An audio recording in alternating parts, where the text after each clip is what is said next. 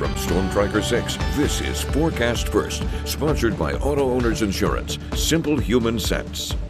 Pleasant weather across mid-Michigan today, especially considering we had snowflakes flying yesterday. Currently 48 for Lansing, 46 in Jackson. Muskegon, the warm spot at 51 degrees. Although you look off to the west, there's a lot of warm weather, and that's going to start to move in our direction over the next 24 hours. Satellite radar pretty quiet out there. Just got some clouds filtering overhead and a few snow showers in the UP. For us tonight, it actually looks fairly mild as temperatures for overnight lows are not going to cool off all that much after starting out the day in the 20s and upper 20s. We climb today in the upper 40s, and we're only going to fall tonight into the upper 30s for lows. So much warmer tonight, and we've got 60s on the way tomorrow. 6 News at 6 starts right now.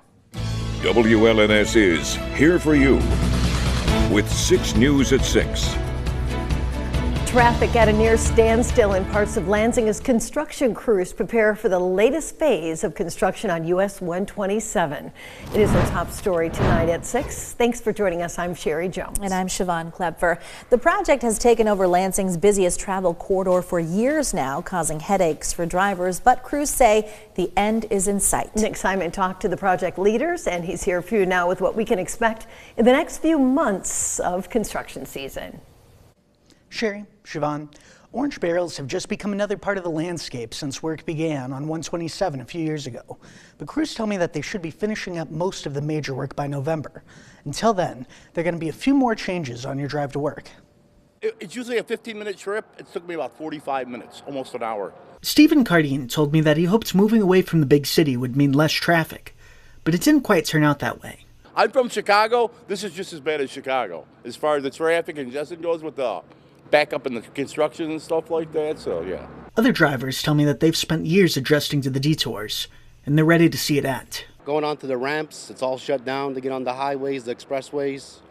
I mean, it's always every couple weeks there's something going on. It's never fixed. It's frustrating because it seems like they've been working on it for 10 years. That's what it feels like. I don't know. But what are we going to do? We got to get through it somehow. But there is good news. I talked with one of the head engineers on the project. He tells me those changes should be set by the end of the week. Definitely the public has probably seen in the last 2 weeks a lot of ramp closures here and there, up and down. And by the time we get to this Wednesday evening, Thursday morning, we're going to be locked into what is the 4th stage of this project. So from that point on until June, it's going to be the same. The work will be a mirror of what we saw last year, but things should go smoother because they'll be using a brand new road. Now this year we're going to have 2 lanes in both bounds for the majority of the stretch of the project. So as far as being able to handle traffic volume, it's going to be a little easier out there, but you're going to see the opposite closures. If you're heading southbound, you're going to have a hard time getting off anywhere. So a lot of those routes you're going to have to manage in advance. More good news. Once this phase is done, it should be the last major project on 127 for a while. You're going to see the majority of that corridor right there complete, and you're going to see the vision of what it should be like with a nice new road that's built for the capacity that we currently need. So I would say just hold on tight until we get to November, and it's going to be worth it. Officials tell me it may take a day or two for navigation apps to update to the closures. In the meantime, you can find detailed maps on what exits are going to be affected on our Scene on 6 section of our website, WLNS.com. Back to you. All right, Nick, thank you. In this update, 2 men have now been charged in a deadly shooting that happened in Livingston County earlier this month. Both men are from Flint and are being held on murder warrants and bonds set at $1 million. The homicide happened on March 8th on Sherwood Road in Conway Township. Deputies responded to a vehicle on fire around 8 o'clock that morning. About 2 hours later, they were called for a death investigation on Rod Road, where police say a 24-year-old man from Flint had been shot. He was the owner of that burned out car. The 2 suspects are 27-year-old Aaron Idlot and 24-year-old Marquavel Cummings. Both are expected back in court next week. Well, there is a big police response right now in the city of East Lansing. This is a live look at the scene. It's happening at the Speedway gas station at the intersection of Lake Lansing and Abbott Roads. Now, officers have the business shut down, and you can see there is police tape around the parking lot. It appears to be the scene of a shooting, but police are not yet confirming that. We will update you when we learn more. Well, 2 people were sent to the hospital this afternoon after a crash between a van and a motorcycle. It happened around 1:30 on North Grand River Avenue near the Capital Region International Airport. Now, according to police, both vehicles were headed east on Grand River when they crashed. The 20-year-old man on the motorcycle was taken to the hospital with critical injuries. The driver of the van was also injured and taken for treatment. Police tell 6 News they believe the motorcycle was speeding. Stay with 6. We'll update you when we learn more. The Capital Area Humane Society is once again warning people about scammers who target pet owners. And this comes after 2 people were scammed over the weekend. The scammers called the victims claiming their dog had been hit by a car and needed immediate surgery. But this was a scam and their dog was fine. This is similar to a scam a couple of months ago when the scammers wanted the pet owner's credit card information to pay for treatment. The Capital Area Humane Society does not operate an urgent care facility and will never ask for personal or financial information over the phone. Well, today is St. Patrick's Day, but even this beloved annual holiday is not immune to international politics. The Trump administration has placed a tariff on steel and aluminum imports, which means buying beer could cost you more green. Our Capitol correspondent Tim Skubic has the latest on how the White House is handling this issue. President Trump has hit the pause button on that proposed 25% tariff on steel and aluminum, but he could restore it at any moment. And if he does, since 64% of all beer is sold in aluminum cans, well, the price of a six-pack would go up. And it's a safe bet that large numbers of avid Trump supporters drink beer. So, how would they react to paying more for their suds if the president is to blame? Michigan pollster Steve Mitchell has done a deep dive into this issue and discovered that the average price of a six-pack would increase by about 4.5%, boosting the price from what to what? Taking that price from $8 to $8.72. But if the bottom line is that it only increases the cost of 1 can of beer by about a dime. And I don't think that people who are supportive of Donald Trump are going to move their support away just because it costs him a dime more. Before he became a prominent pollster, Mr. Mitchell actually ran a bar, and he reports the drinkers would only react when the price actually increased, and the complaining lasted only a couple of days. It sounds like it's a major issue because aluminum is going to go up because of the tariffs, and the tariffs are going up 25%. But when you break it down, when you take a look at what it does, the increase in a dime a can just isn't going to cause rebellion. As for Democratic beer drinkers, having to pay higher prices for beer is just one more reason not to like the president. View in Lansing, Tim Skubic, 6 News. Thank you, Tim. And staying with holiday news, an Irish pub in Vernon caught fire yesterday, one day before St. Paddy's Day. Fire crews were called around 11:30 in the morning to Sherman's Irish Pub on Main Street in Vernon. Crews spent hours on the scene, but witnesses tell 6 News there were no fire hydrants in the village, so all the water had to be trucked in. So by the end, the fire gutted the building. Now, no one was injured. The cause of that fire is still under investigation. Well, for many, it is a day to wear green, drink beer, and celebrate the Irish, even if it is on a Monday this year. When we showed up at Crunchies in East Lansing earlier this afternoon, it wasn't very busy. A couple of students were there enjoying the holiday.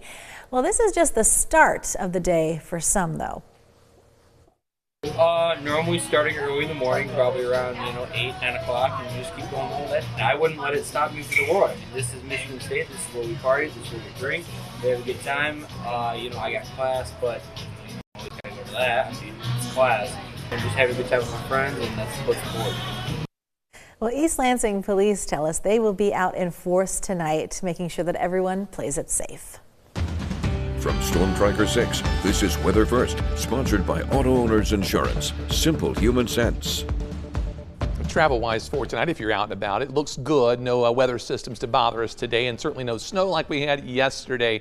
Our snow tracker, as we look at the seasonal snowfall from last July to right now, we are about 9 inches below average for Lansing, almost a foot in Grand Rapids, over 14 inches below average in Detroit. Further to the north, Houghton Lake did pretty well with snowfall this winter, picking up quite a bit. Alpena, pretty close to average. And the UP all winter long had the western UP below average, eastern UP well above average, and that still still holds with Sault Ste. Marie seeing quite a bit above their normal seasonal average. We've got no snow in the forecast in the short term, but there are some flakes later this week. Temperatures next couple days should be in the 60s, and we've got the chance for some thunderstorms. Now, nothing out there today.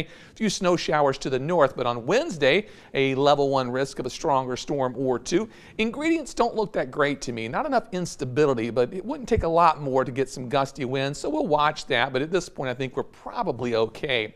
Precision cast through tomorrow morning. One area of low pressure is moving out with snowfall and cooler temperatures. Behind that, we've got more clouds tomorrow, but it's going to be a lot warmer as well as temperatures climb into the 60s. Moving ahead into Wednesday, our storm system we have to watch out for is going to bring not only the chance for thunderstorms, but heavy snow to the western UP once again, who just got hit hard by that last big winter storm. For us, it'll be on the mild side. We're just looking at showers and maybe a chance for thunderstorms as the system passes early Thursday morning. It may mix with a couple snowflakes as it's beginning to end. Our Skyview network this afternoon, band of clouds moving overhead, but still no rain from that. 48 the current temp. 49 was our high after a low dropping into the 20s. In Grand Ledge, some sunshine trying to poke through those clouds. We're at 48 degrees, and that is the high for the day after a morning low down to 22. Jackson, a little more in the way of sunshine, but now starting to see some of those clouds as well. Temperatures at 46 degrees, 46 the high and 21 the low with a 21 mile per hour wind gust. Our current view in Hillsdale, we've got mostly cloudy skies beginning to move in. Temperatures at 46 after a high of 47. And our morning low 23. A few other numbers around the viewing area today range from the mid-40s in Howell to 40s, mid-40s for Mason and Charlotte as well. Slightly warmer, 48 in St. John's, but everyone in the mid to the upper 40s. And tonight we're only going to drop about 10 degrees down to 36 for the overnight low with mostly clear skies moving back in. Tomorrow, clouds will build back in once again as temperatures tomorrow climb to near 63 degrees by 5 o'clock. Normal high, keeping that in mind, is 45 degrees because the 6-day forecast shows lots of 40s once we get through this warm weather. 42 on Thursday, back in the 50s Friday, mid-40s Saturday with lows in the 30s. There could be some snowflakes at any point when we're in the 30s Saturday or Sunday. The 6+ 6-day forecast shows a few more rain showers and maybe a snow shower Monday, followed by sunshine in mid-40s, because sunshine in mid-40s is way better than cloud cover and rain in mid-40s, right? Yes, it is. Exactly. We're not going to complain about that. No. Nothing. I mean, tomorrow and the next day look really warm, and it's without a lot of wind, so you can enjoy that, but just get ready for 40s later on. But you told me you took advantage of the windy conditions this weekend. Yeah, took the kids with the kites. They had a great time. Nice. They had to hold on, though. My husband was holding on to the kids because he thought maybe they'd start taking off down the field. Tie a string to them, fly them to. It was a lot of fun, though. We can only envision that, to be honest. I know. Yeah. Poor Ben. I know. Thanks. He had a good little, yeah. All right.